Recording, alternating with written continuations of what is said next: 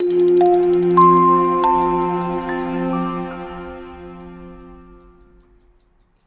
and welcome to the Reboot from the Tax Justice Network, where we talk about how to fix our economies. I'm Naomi Fowler, the host and producer of the Taxcast, the monthly podcast from the Tax Justice Network, and I'm going to be talking to Nick Shaxson and John Christensen, also from the Tax Justice Network. Many of us are still in lockdown. And in this episode, we're going to talk about how governments are going to pay for this crisis. Let's start with you, Nick. The big question that people are asking as governments are busily printing money is how can we afford it? And let's talk about richer, more economically powerful countries first, with strong currencies and central banks. They really can afford this, can't they? Can you explain how? Yeah, well, there are two things here. There's government borrowing on the one hand, and there's printing money. And these are two different things, but they are connected to each other. So, first of all, governments borrow money in the bond markets. You can think of a bond like a valuable piece of paper, which says, I, Transylvania, will pay whoever holds this bond, this piece of paper, $1 million in 20 years' time, plus regular interest payments until then. So, investors pay the government cash in exchange for that valuable piece of paper. The government then takes that cash and spends it on things like schools or the coronavirus response or whatever. Now, people have shrieked for decades about borrowing causing inflation and debt bombs and stuff like that. But they have been proved wrong again and again and again. Inflation has just kept falling and falling and falling. So now it is time to borrow. It is an excellent time to borrow. So that's borrowing. And now a second option is what they call printing money. So the central bank, which issues the national currency, just simply makes some keystrokes on its computer and conjures electronic money out of thin air. They do it all the time. They started doing lots of it after the global financial crisis, and they're doing it again now in response to coronavirus. But it isn't the central bank's job to decide whether that freshly created money should be spent on, whether it's spent on schools or on soldiers or on childcare or whatever. So it gives that money to the government, to the Treasury instead, and they decide how to spend it, and they spend it. The question is, how does the central bank give that newly printed money to the government? Well, it buys the government's bonds. So here the government is really borrowing from itself, so there's even less need to worry about it. So it's a great time to borrow. Okay, let's talk now about poorer countries, so countries that don't have strong currencies or powerful central banks. Some of those countries are in serious debt. So what are their options? Well, let's compare Germany, where I live, with Malawi, where I was born. So German government bonds are seen as ultra-safe assets for investors in risky times like now, especially. So at the moment, Germany is able to pay negative interest rates on their bonds, and still the investors are rushing in to buy these safe assets. So from Germany's perspective, it can and it must borrow lots of money now to pay for the coronavirus shock and for the cost of climate change, by the way.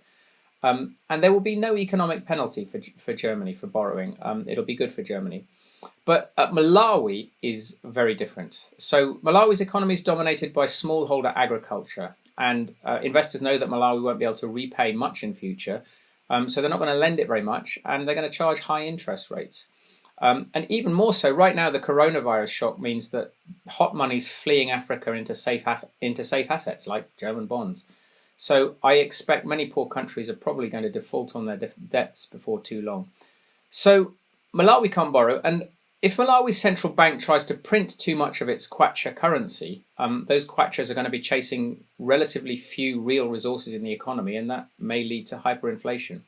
So Malawi can't easily borrow, it can't easily print money to cope with this giant shock. And it's sad, but these constraints sort of help explain why poor countries are poor. So the question is, how does Malawi cope? Development experts have banged their heads against that question for decades. But one big thing we in the West really can do to help is to stop helping powerful elites in poor countries like Malawi from looting their economies and stashing the proceeds offshore. From our perspective, we must mount a massive global crackdown on tax havens. We've got to stop that money drain. There's another big pot of money for Malawi. And by the way, that crackdown would help us rich countries as well. It's kind of a no-brainer. Okay, and we know that countries don't need austerity to pay for things, but how can they address inequality? Well, there is another huge pot of money beyond borrowing and printing money, and that is a three-letter word ending in X that is almost unrivaled in generating newspaper headlines. I'm talking, of course, about tax. Government crisis spending really should now be running far ahead of tax revenues, as far as possible. I mean, taxes must not be allowed to drive vulnerable businesses to the wall. It shouldn't be driving poor people into poverty and penury. But we still need taxes as far as we can under these difficult constraints. The big question now, and it's the big political question, is who in society should now pay these taxes? Now, there are going to be fearmongers out there. You'll see, they're coming, who will be shrieking again about terrifying debt bombs and calling for austerity, calling for government cuts and degraded public services and higher taxes on the poor in particular. But we know that the last crisis showed that austerity was a complete disaster, and it will be a disaster again this time. So this is where the battle now lies. We must now fight against those fearmongers, and we must wield one big fundamental principle in this fight, and that principle is that the strong must support the weak.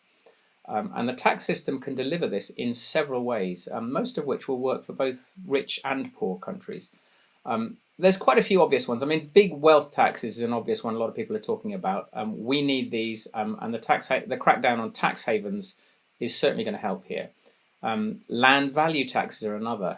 You tax wealthy landowners, and as long as you give or spend the proceeds on the poor and middle classes, that will do the job too.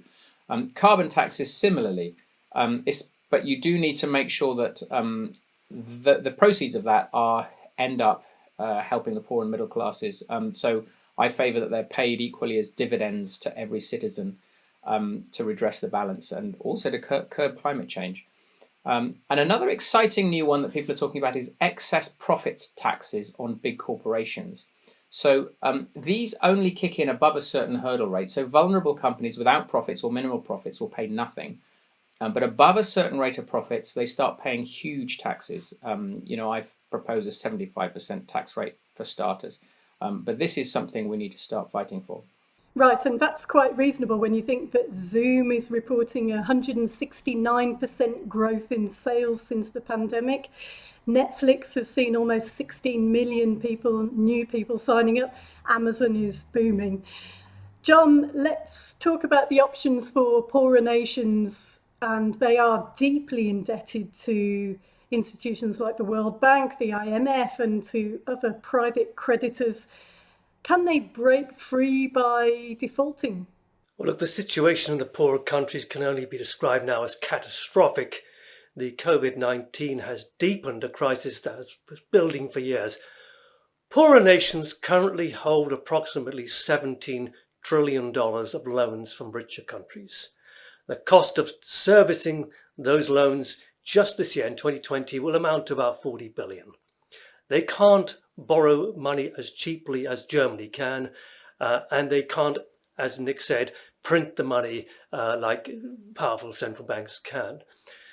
Now, to make matters worse, since 2015, their export earnings have shrunk massively due to falling commodity prices. Import costs have risen because their currencies have weakened against the dollar, and earnings from remittances will be tanking in 2020 because so many of the migrant workers will have been laid off. And tourism income will also be wiped out this year. So their informal economies will be collapsing, and close to 250 million extra people will be consigned to poverty just this year. So I think private creditors and Western governments will inevitably have to accept full or partial defaults. And the International Monetary Fund and the World Bank Group will need vast amounts of additional capital to provide immediate new finance to bolster the health systems in the poorer countries. And to make it even more grave, we have famines building up in quite a number of countries. The United Nations will also need extra funding to support the governments through these periods of famines. And all that must happen without delay. Now, once the COVID pandemic is on the retreat, poorer countries need to rethink their development strategy. One thing they need to do is to adopt capital controls to block capital flight. They must put a halt to all the tax reliefs they currently provide to foreign investors. They should cancel all the tax treaties with tax haven nations, which, by the way, Senegal did last month.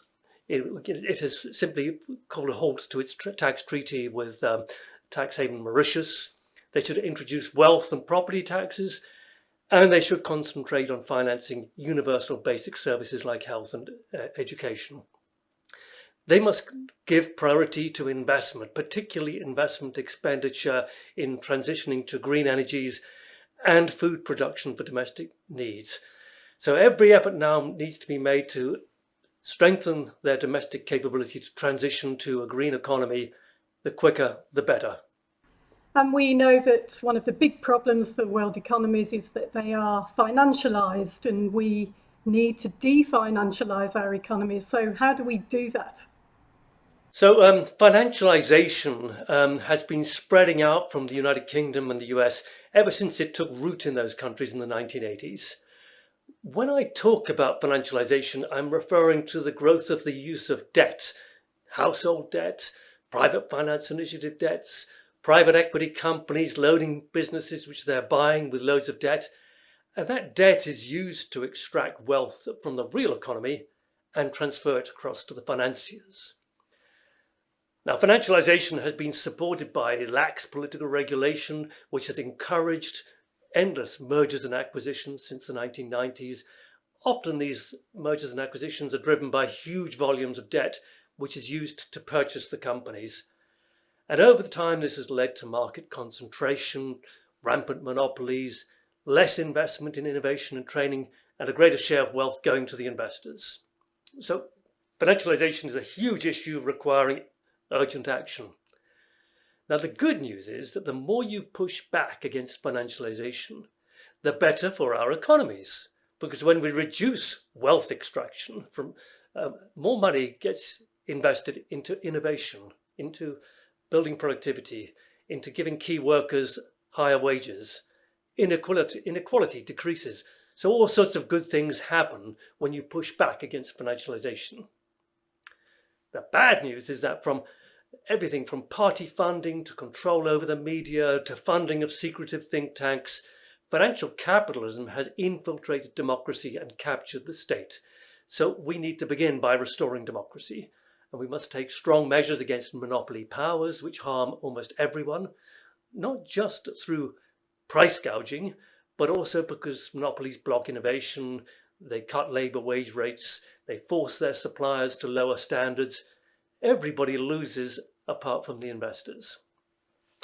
And finally, to push back against financialization, get rid of the tax breaks, get rid of the subsidies, get rid of the special treatments which are given to financial players. Regulate them properly in the public interest. Block them from using offshore tax havens to avoid paying taxes. And when they make above normal profits, which most of them do, hit them with a surtax on their super profits. Okay, the pandemic has shown really clearly how all economies need public interest investment and tax justice right at the heart of everything. Nick talked earlier about the pots of money for governments that are available. How should economies be reformed in the public interest? So look, the pandemic has just added to a whole cluster of economic and other crises.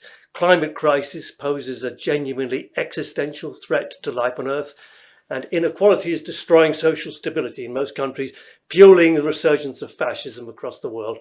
So the pandemic has added to existing fault lines and could even make things much worse because some politicians are taking advantage of this particular crisis to push for more austerity, more deregulation, deeper tax cuts for corporations.